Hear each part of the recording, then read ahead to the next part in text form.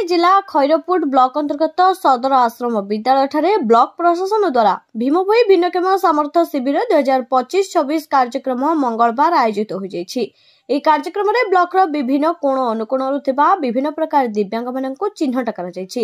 ସେମାନଙ୍କୁ ସରକାରଙ୍କ ବିଭିନ୍ନ ଯୋଜନାରେ ସାମିଲ କରାଯିବ, ବିଭିନ୍ନ ସୁବିଧା ଦିଆଯିବ, ସମାଜରେ ତାଙ୍କ ପ୍ରତି ଅବହେଳା କରାଯିବ ନାହିଁ, ତାଙ୍କୁ ବଢିଲା ଭଳି ବ୍ୟବହାର କରାଯିବ ନାହିଁ, ତାହା ଉପରେ ସମସ୍ତଙ୍କୁ ବୁଝାଯାଇଥିଲା।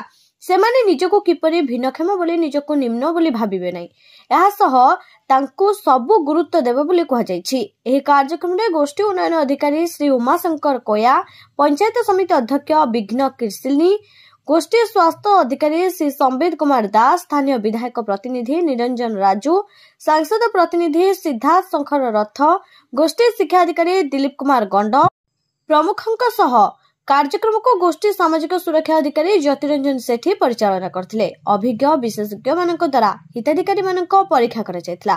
ए कार्यक्रम रे 452 जन दिव्यांग प्रमाणपत्र पई पंजीकरण करथिले। ता सहित विभिन्न विद्यालयर शिक्षक अंगनवाड़ी कर्मी उपस्थित रहिथिले।